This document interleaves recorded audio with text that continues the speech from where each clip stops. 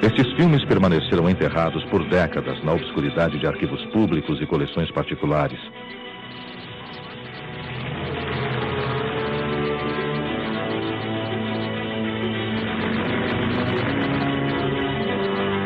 Filmados por amadores que gostavam de guardar lembranças, soldados encarregados de registrar o curso da guerra, eles são testemunhas dessa tragédia de dimensões incompreensíveis que iria devorar o mundo.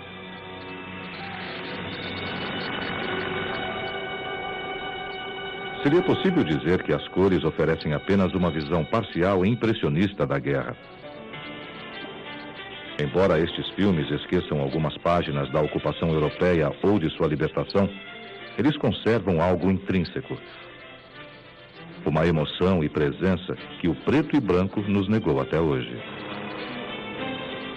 Estes fragmentos, remanescentes da década de 1940, finalmente nos dão uma chance de ver a guerra e a paz como milhões de cidadãos europeus, civis e combatentes as viveram, em cores.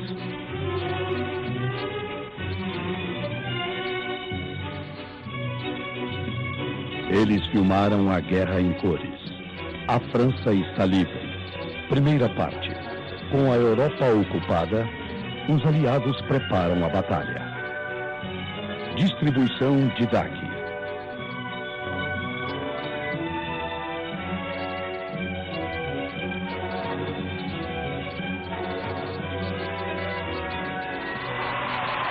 Imagens de paz. Imagens do conflito mais sangrento do século XX.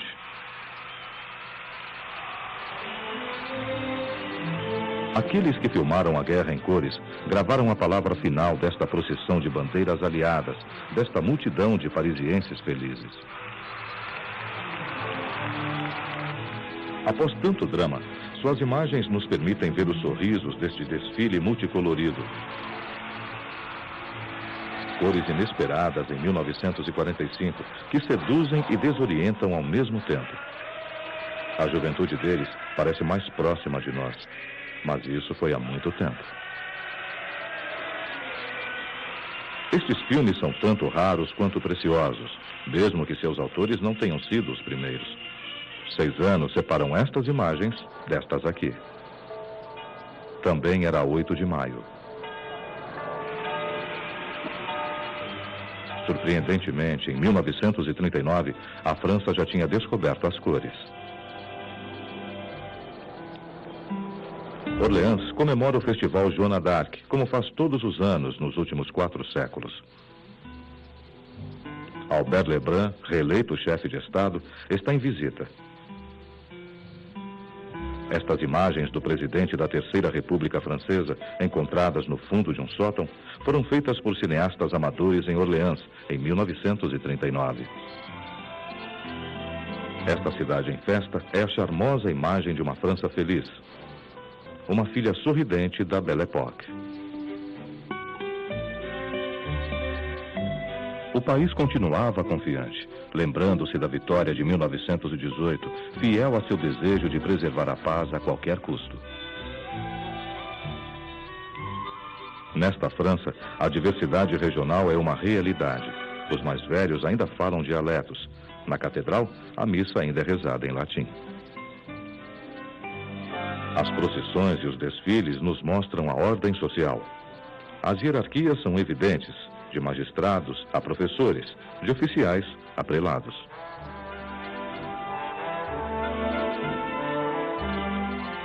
Nestas imagens não há testemunho da crise que assola a Europa. Esses homens e mulheres não sabem que estão a apenas 3 meses da guerra e a 1 ano da derrota.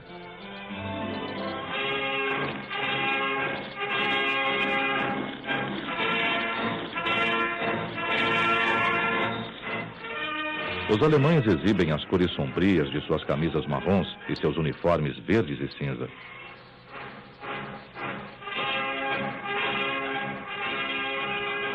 Estas imagens, filmadas por membros do Partido Nacional Socialista, profetizam o retorno à guerra. Hitler restabeleceu o serviço militar obrigatório, rasgou o Tratado de Versalhes e rearmou a Renânia. Ela avança contra seus vizinhos e prepara o que no livro Minha Luta chama de um acerto de contas definitivo com a França. Paris mantém uma alegria ilusória. Ritmos afro-cubanos se alternam para abafar a voz do Führer. Um clube de cineastas amadores maravilha-se com o novo lançamento da Kodachrome, um filme para usar apenas a luz do dia, recomenda o fabricante. Assim mesmo, aqui está Montparnasse à noite, atraindo talentos artísticos e literários de todo o mundo.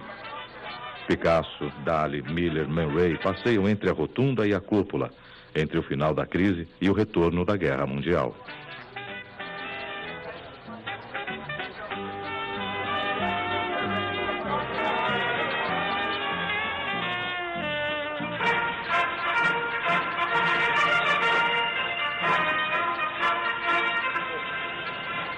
As manobras militares são constantes. Medo e dúvida voltaram. Contra um Estado totalitário, o que pode a França republicana fazer? Tanto na esquerda quanto na direita, a perda de confiança se manifesta nesta democracia burguesa, e notavelmente entre os que a governam. Há muito tempo, as crises sociais dão lugar às crises políticas. Um cheiro de decadência paira sobre o regime. Para tranquilizar a população, os políticos falam de uma nação de 100 milhões de habitantes. A França sente-se protegida por seu império colonial e seu exército poderoso. Mas quem ainda acredita na eficiência da cavalaria? O exército francês confia em doutrinas ultrapassadas e na grande ilusão de lutar em paz, protegido pela linha Maginot.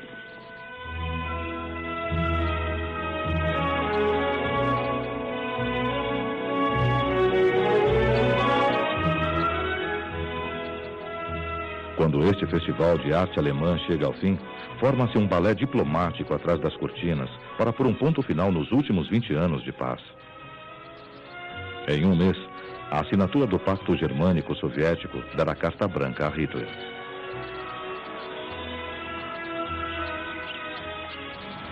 Ao final do festival, o Führer assiste a um desfile de 3 horas.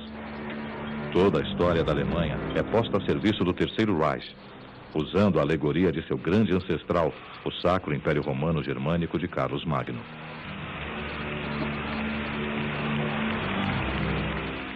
Hitler não se cansa de repetir que é o único, desde Carlos Magno, a ter poder ilimitado em suas mãos.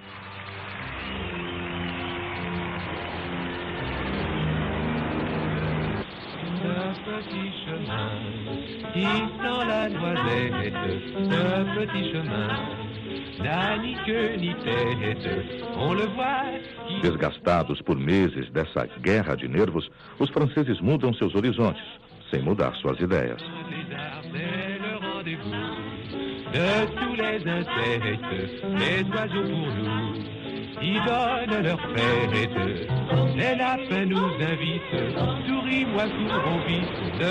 Ao final de agosto, já não há nenhuma dúvida. Os arquivos militares saem das gavetas. A linha Maginot é colocada em alerta vermelho. –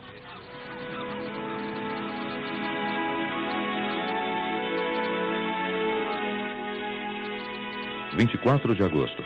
Os primeiros capazes a ser mobilizados recebem suas missões.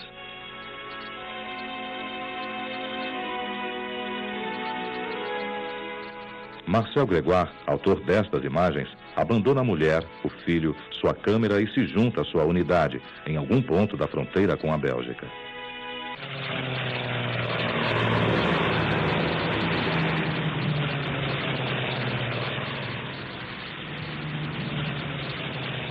Primeiro de setembro de 1939, a Alemanha ataca a Polônia. A França e Grã-Bretanha declaram guerra ao Reich. A aviação polonesa é destruída ainda no solo. A ponta de lança alemã está atacando. Hitler arrasa a Polônia em 3 semanas, com o apoio de Stalin.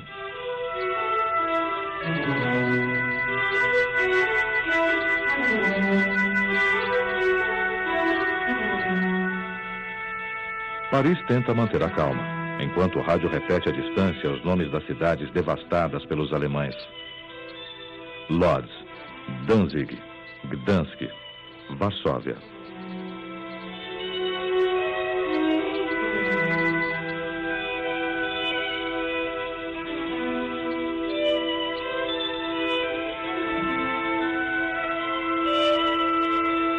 Aos olhos parisienses, sua capital não passa de um alvo, no qual a Torre Eiffel é o indicador central para os bombardeiros alemães.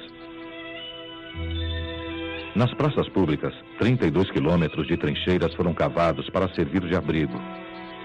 Um cidadão americano, surpreendido pela declaração de guerra, filma essas imagens até hoje inéditas da Rua Aubert e do bairro da Ópera, em estado de alerta. Paris está coberta de adesivos. Os rolos de papel adesivo, usados como proteção contra os vidros quebrados das vitrines, estão começando a faltar. Entre as ameaças, a mais preocupante são os gases asfixiantes. É preciso vedar qualquer brecha por onde eles possam se infiltrar. Nunca se esqueça de levar a máscara contra gases que recebeu. Repete incessantemente a Defesa Civil. Aprendam a colocá-la cuidadosamente.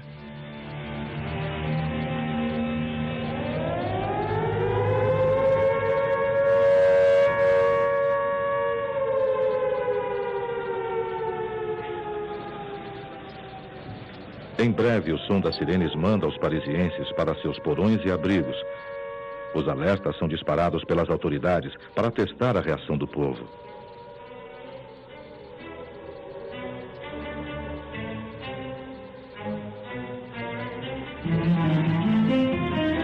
Nas igrejas, milhares de velas imploram aos céus que afastem a ameaça. Os telhados são colocados sob a proteção da Virgem Maria. Os bombardeios tão falados nunca vieram. Pouco a pouco, a vida volta à normalidade. A pré-guerra está derivando para a triste monotonia de uma guerra muito estranha.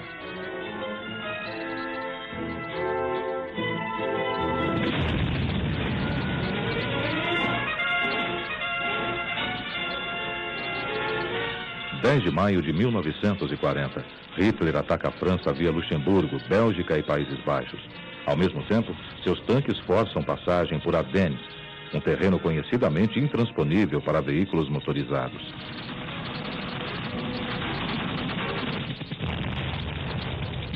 Apenas uma única cópia destas imagens em Agfacolor foi salva. É o primeiro filme de propaganda alemã em cores. Uma reconstituição filmada várias semanas após o ataque à França. Estas imagens, dirigidas por um capitão da Wehrmacht, eram destinadas às tropas alemãs. É cinema, tanto no sentido puro quanto no figurado. Por outro lado, estas imagens menos espetaculares são perfeitamente autênticas. Foram feitas por soldados alemães à medida que avançavam pela França derrotada.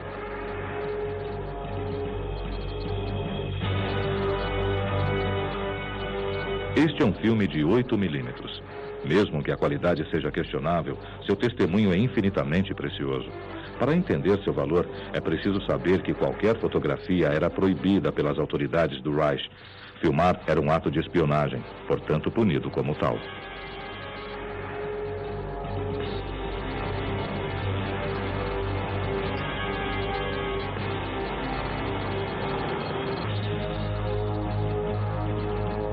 Imagens caóticas feitas em movimento, detrás de uma porta de carro ou do topo de um tanque. Os cineastas amadores da Wehrmacht, que furtivamente transgrediram o proibido, nos deixaram o legado desse testemunho que é brutal e sem camuflagem do colapso da França.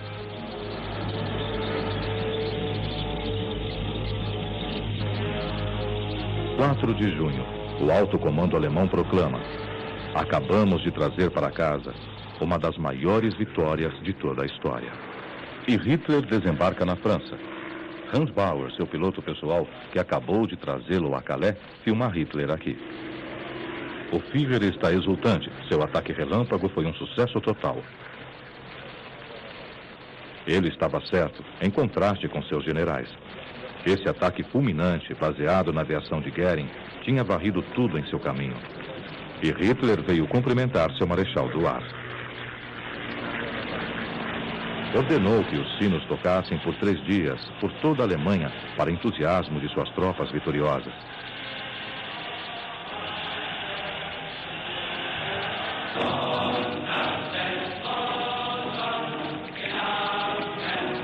Este filme, recuperado da casa de um oficial do serviço secreto alemão, cuja existência era desconhecida até pouco tempo, foi feito na época em que Weimar entrou em Paris, em 14 de junho de 1940.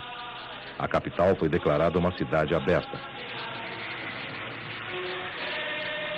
Nessa mesma manhã, os alemães hastearam a bandeira suástica na cúpula do Ministério da Marinha e depois no topo do Arco do Triunfo. Outro gesto dos vencedores. A Praça da Concórdia foi transformada em campo de pouso do exército conquistador, sob os olhares incrédulos dos parisienses que permaneceram na capital.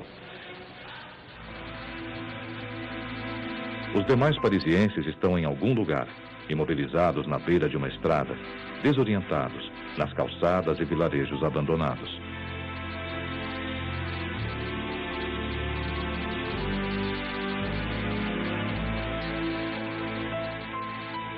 Duramente perseguidos pelo avanço alemão, todos estão no mesmo barco.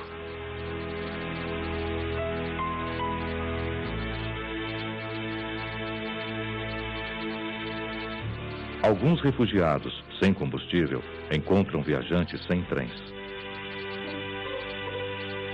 Estão indo para qualquer lugar, com os ouvidos atentos ao céu. Vivem sob o terror dos Stukas, com seu ruído peculiar, metralhando as estradas.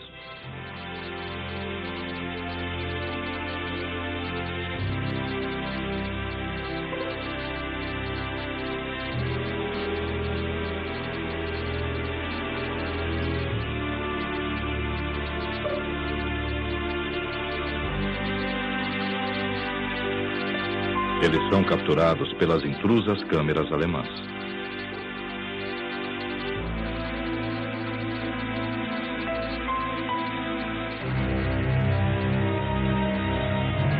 No dia seguinte à assinatura do armistício, ao nascer do sol, Hitler visita como vencedor a capital recém-capitulada. Depois do Teatro da Ópera, seu monumento preferido, Hitler vai até Les Invalides, onde fica por um longo tempo em frente ao túmulo de Napoleão. Sem se importar que a luz do amanhecer era quase insuficiente para sua câmera, Hans Bauer, o piloto do Führer, registra em cores a memória desse momento de glória, a apoteose da derrota da França. Hitler insiste que seu arquiteto, Albert Speer, o acompanhe dizendo: "Paris é a mais bela cidade da Europa. O sonho da minha vida era visitá-la. Nossa capital, Berlim, deve ficar mais bonita", e prossegue: "Sempre me perguntei se não seria necessário destruir Paris, mas assim que terminarmos Berlim, Paris será apenas uma sombra e, portanto, sua destruição será desnecessária." Às 8h30 da manhã, Hitler chega a Le Bourget, onde permanece por 3 horas. É sua primeira e última visita a Paris.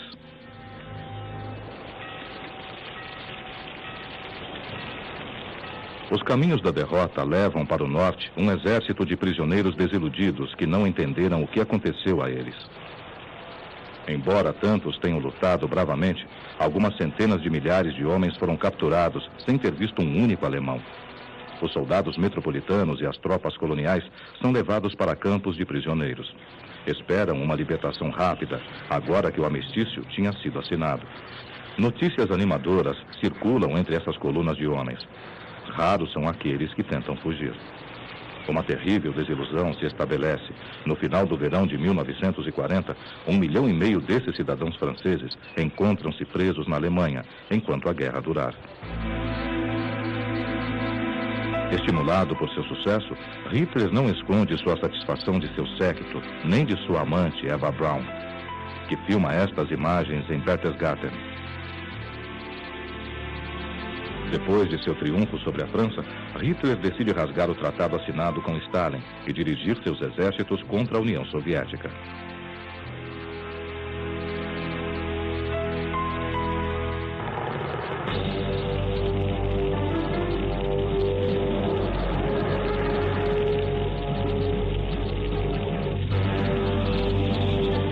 Em 22 de junho de 1941, Hitler rompe o Pacto Germânico Soviético e a Wehrmacht cruza a fronteira russa. Não é possível resistir ao ataque.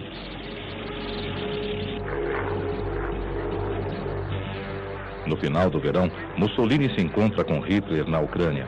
Ele veio inspecionar as tropas italianas que serviam na frente oriental. –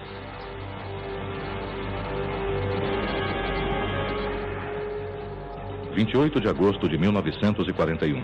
Quando o piloto do Führer filma estas imagens, a vitória está nas mãos desses dois aliados. Hitler está no auge do poder. Ninguém, desde Napoleão, havia controlado uma parte tão grande da Europa.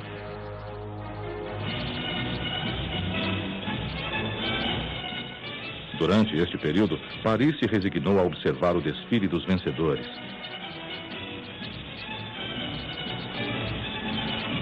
Todos os dias, precisamente ao meio-dia, colunas de alemães vão para os Campos Elíseos, conduzidos pela música.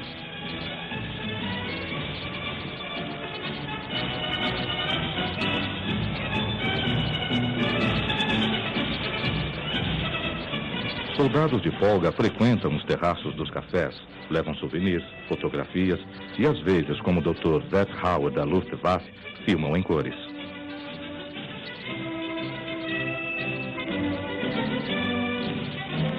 Este engenheiro, encantado pelo cinema, apaixonou-se pela capital. Ele passa longas horas filmando a Paris, onde seus compatriotas batem os saltos das botas. Estes filmes são testemunhas excepcionais, porque, ao contrário da Alemanha, ali os filmes coloridos não eram encontrados em lugar nenhum. Desde 9 de julho de 1940, Paris perdeu o título de capital para Vichy. Após a derrota, a Terceira República foi forçada a ceder seu lugar para um novo regime, o Estado francês sob o Marechal Pétain. A França é dividida em duas partes por uma linha demarcatória. Ao norte, Paris continua sob a autoridade alemã. A derrota valorizou a música. A Wehrmacht exibe suas bandas de música nos quatro cantos da capital. Sem nada melhor a fazer, os parisienses mostram sua indiferença. Grátis, mas financeiramente prejudiciais, os concertos eram financiados pelo governo francês, assim como todos os soldados alemães durante a ocupação da França.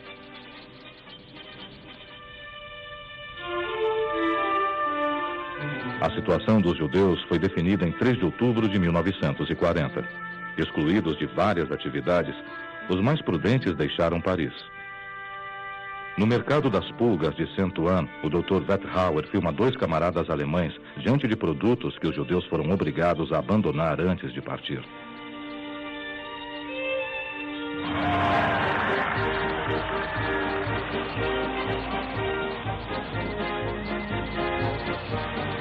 Nos Estados Unidos, Roosevelt assume seu 3º mandato presidencial. O mundo todo pergunta: a América se unirá aos adversários de Hitler? Apenas 10% são a favor disso. As poderosas minorias alemãs e italianas querem manter o país longe do conflito com seus países de origem. Eles fazem campanha pelo isolacionismo.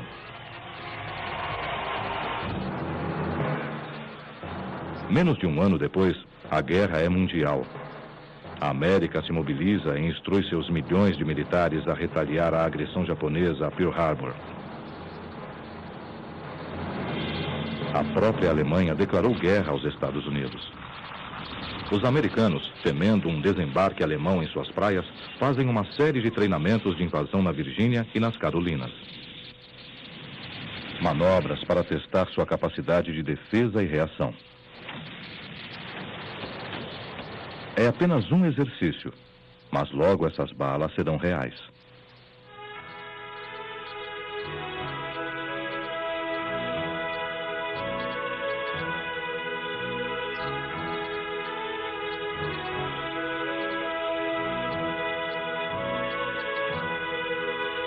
Em Besançon, como em toda a França, milhares de mulheres esperam pelo retorno de um pai, um noivo ou um marido feito prisioneiro.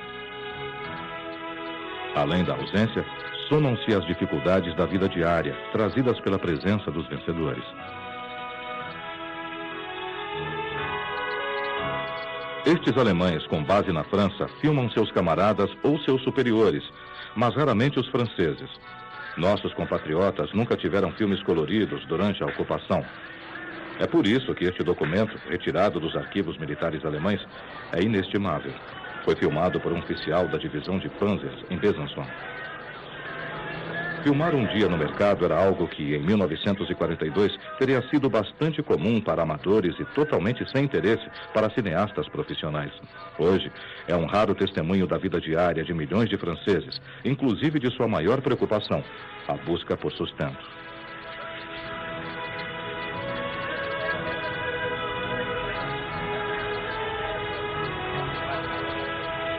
Embora no interior as restrições fossem menos aparentes, o racionamento começava a aumentar. Depois do pão, macarrão e açúcar, é a vez da manteiga e do café. Logo, óleo e chocolate também serão racionados. Os tempos são duros e os franceses irão endurecer também. Todos precisam equilibrar-se entre vales de alimentos e o mercado negro.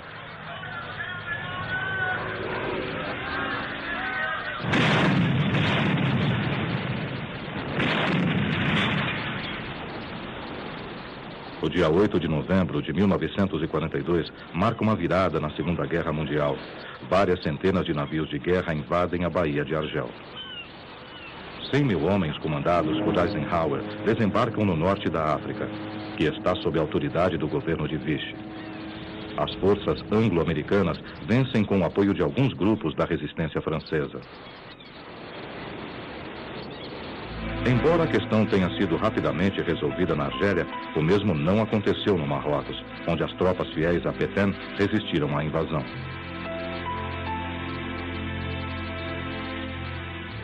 Foram iniciadas negociações entre representantes de Vichy e o general americano Patton, buscando um acordo para fazer com que a França entrasse na guerra, ao lado dos aliados. O exército americano faz extensos planos para essa operação gigantesca de preparação para desembarcar na Normandia. Daryl Zanuck, diretor dos estúdios Fox, foi encarregado de fazer a filmagem completa. Pela primeira vez, já não são amadores que filmam a guerra em cores, mas os cineastas de Hollywood.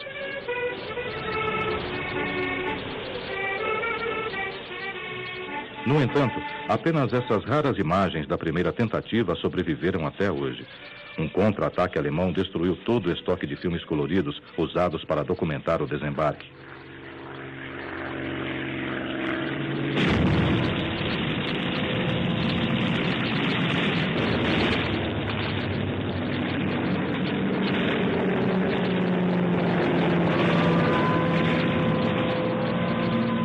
O porto de Bonn é atingido no dia 13 de novembro pela Luftwaffe.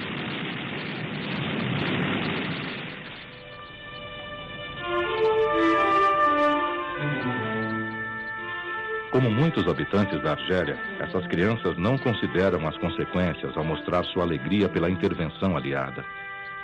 A guerra acaba de dar uma virada contra o norte da África.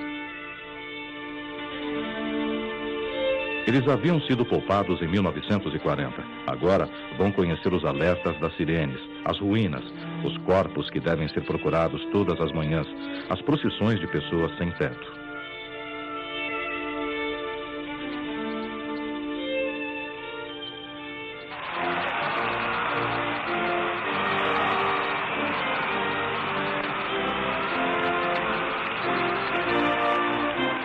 11 de novembro de 1942, Argel.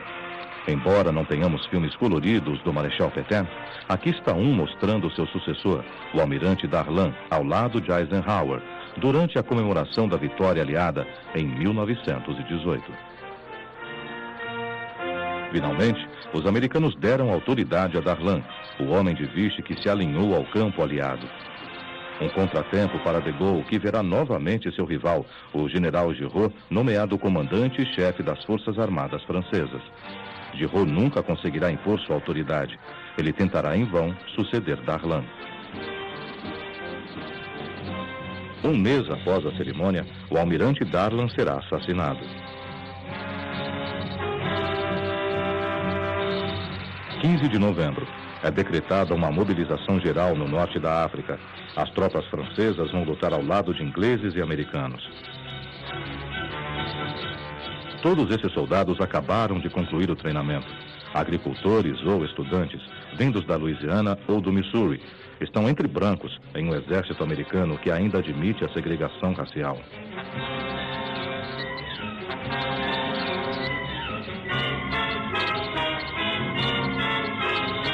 Eles agora terão que aprender rapidamente a lutar, a se adaptar ao terreno, a agir rapidamente, o que faz a diferença entre vida e morte no campo de batalha.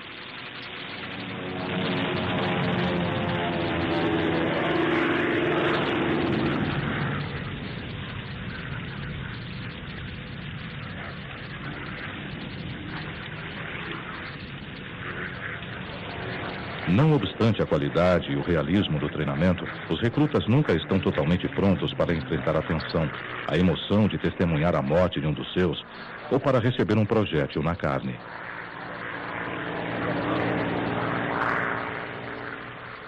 A falta de experiência torna os aliados particularmente vulneráveis durante as primeiras semanas de combate.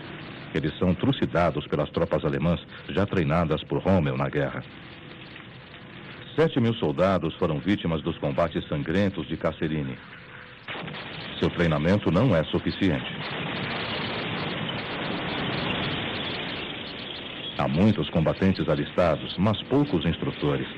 Então, o exército decide passar a tarefa de produzir filmes instrucionais a profissionais de Hollywood, como George Stevens, que fez esse filme na costa argelina em 1943.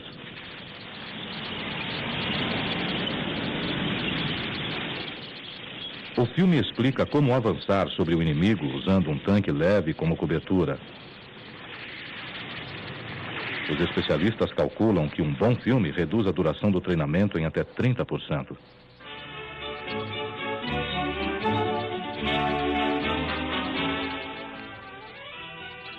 Em resposta ao desembarque aliado no norte da África, os alemães invadem a zona livre com armas e câmeras na bagagem.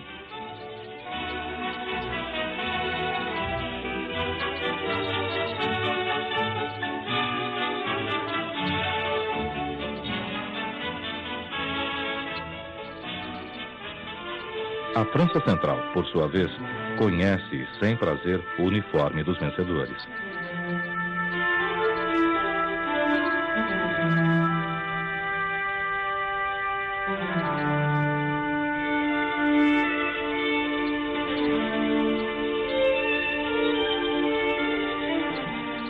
Em 1943, a resistência é organizada pouco a pouco. No interior, o movimento clandestino começa a reunir colaboradores. Os ataques contra as autoridades se multiplicam. A cada dia, as estradas ficam mais perigosas para o inimigo.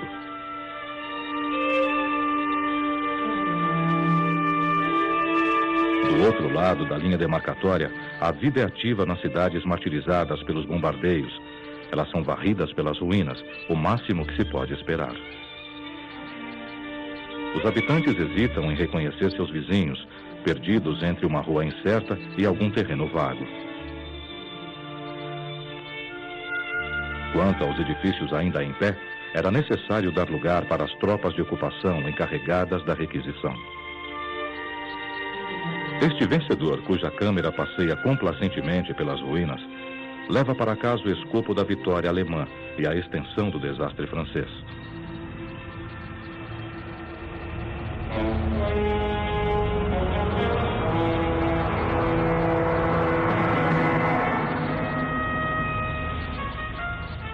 O mar Mediterrâneo é palco de uma batalha feroz entre a Real Marinha Britânica e os submarinos alemães.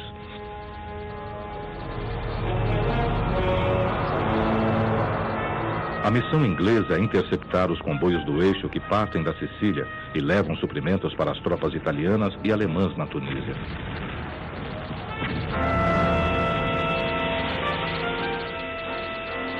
Em janeiro de 1943, um quarto da frota italiana havia sido afundado.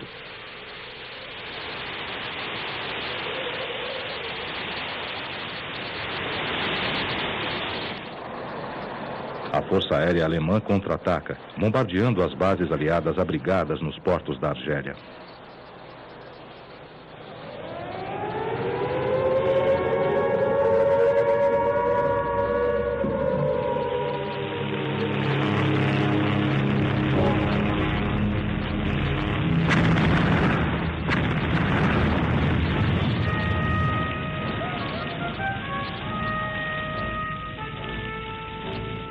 Por vários meses, 600 civis tornam-se vítimas do bombardeio da Luftwaffe em Argel.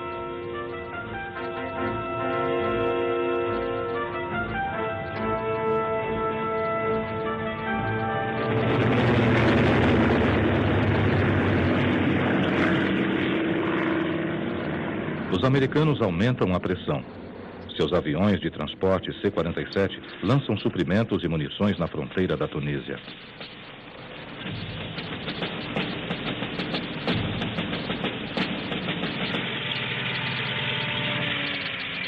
Eles continuam a desembarcar material para equipar as tropas americanas e também as dos generais franceses, Giraud, Delattre e Leclerc.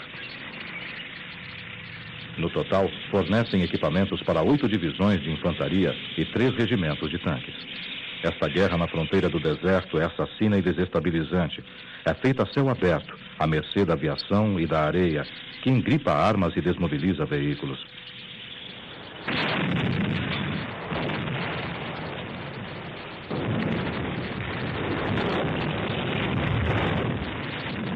Nessa guerra ágil, na qual os adversários caçam uns aos outros no deserto, filmar uma batalha entre tanques é pura sorte. Um cineasta militar viu-se na linha de frente durante a Batalha de Teborba, isolado no meio de uma saraivada de artilharia, com seu rolo de Kodachrome. Essas imagens refletem as decepções sofridas pelas divisões de tanques. As tropas americanas tinham a intenção de ter os melhores tanques do mundo, mas se viram em grandes dificuldades para enfrentar os alemães. Os tanques Tiger e seus poderosos canhões de 88 milímetros demoliram os Shermans, que foram forçados a recuar.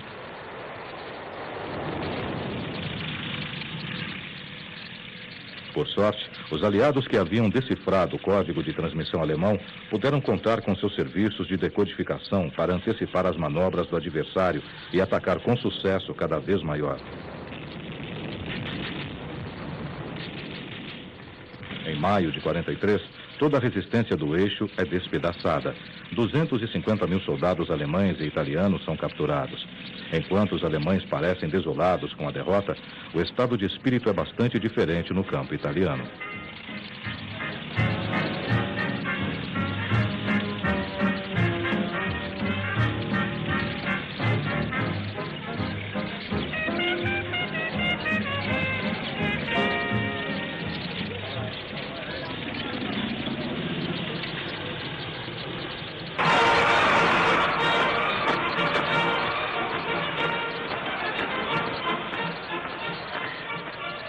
Em 20 de maio de 1943, o general Giraud e o general Eisenhower passam em revista as tropas aliadas, sob os aplausos da população de Tunis.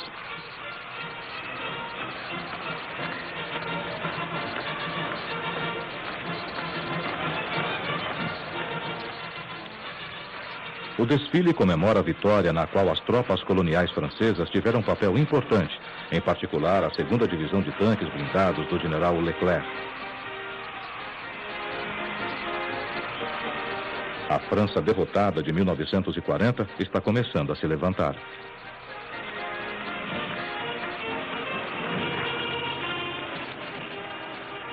Essas tropas estão agora se preparando para libertar a capital.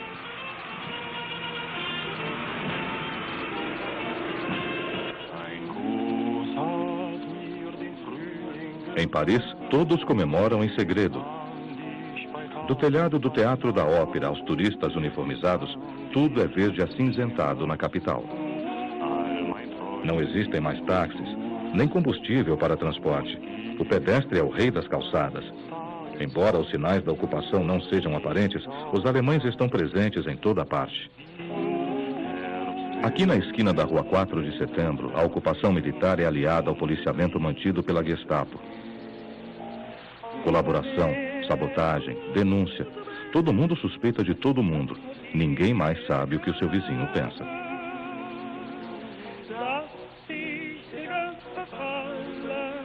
Partindo de Drancy, comboios de judeus embarcam todas as semanas com destino a Auschwitz. Não há nada disso neste filme feito por um oficial alemão. Ele frequenta apenas a Paris elegante dessa nova Europa, porque este é o destino que Hitler reserva para a França. Um país dedicado ao turismo e à moda. Uma colônia frívola posta a serviço de Berlim. Esses anos sombrios são revelados por trás das cores tão surpreendentes quanto vagas.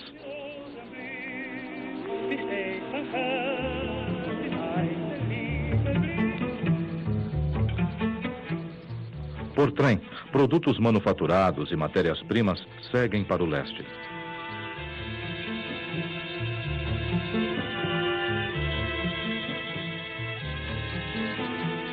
As condições desastrosas do armistício abriram caminho para a pilhagem sistemática, para tirar o melhor de um trabalho sujo.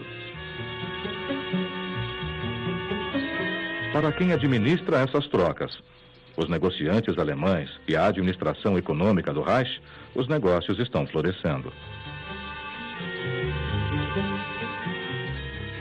As charmosas mansões que dão para o Bois de Boulogne só têm valor em marco alemão, excessivamente valorizado pela ocupação.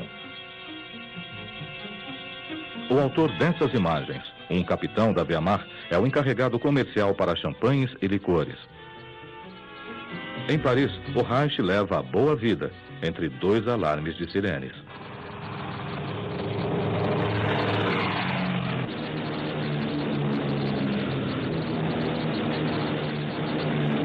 Porque, com a aproximação de 6 de junho, os bombardeios aéreos aliados infligem punições mortais à França ocupada. Para manter os alemães em uma posição de incerteza com relação aos locais de desembarque, as fortalezas voadoras atingiram tudo entre o Loire e o Sena. Uma de cada vez, Orleans, Villacoublay, Le Bourget e dezenas de outros alvos foram reduzidos a chamas. Paris e seus arredores são alvos frequentes. Os aviões aliados são atingidos repetidamente. Não há sobreviventes deste avião inglês.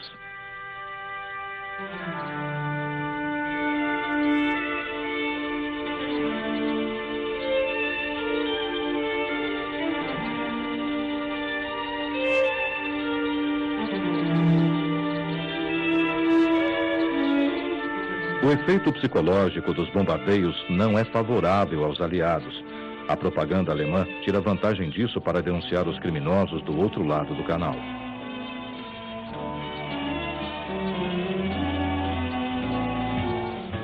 Em Londres, Churchill vem lutando contra Hitler desde 1940. Foi daqui que de Gaulle trouxe um renascer de esperança para a França em 18 de junho. É daqui que o desembarque na Normandia está sendo preparado. Na Inglaterra, o dia D foi precedido por outra invasão de 2 milhões de soldados americanos e um punhado de correspondentes de guerra da imprensa americana. Um deles, Jack Libby, decidiu fazer um diário em filme colorido para a família, que deixou em Nova York. Isso permitiu que conhecessem o Hyde Park, o império da democracia, onde oradores fazem todos os tipos de protesto contra a guerra ou contra mulheres uniformizadas, decadência dos costumes ou os direitos de opositores conscientes. Para escapar do bombardeio de Londres, as crianças foram levadas para o interior. No entanto, os bombardeios já diminuíram há vários meses e os pais estão começando a mandar buscar seus filhos.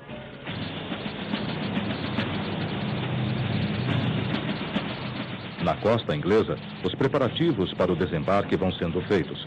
O treinamento é prioritário.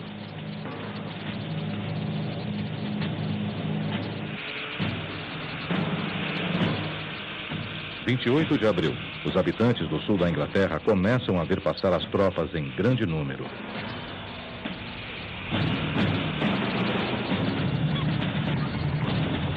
Os portos estão em estado de alerta. Os soldados se empilham em barcaças superlotadas que os levam para os navios.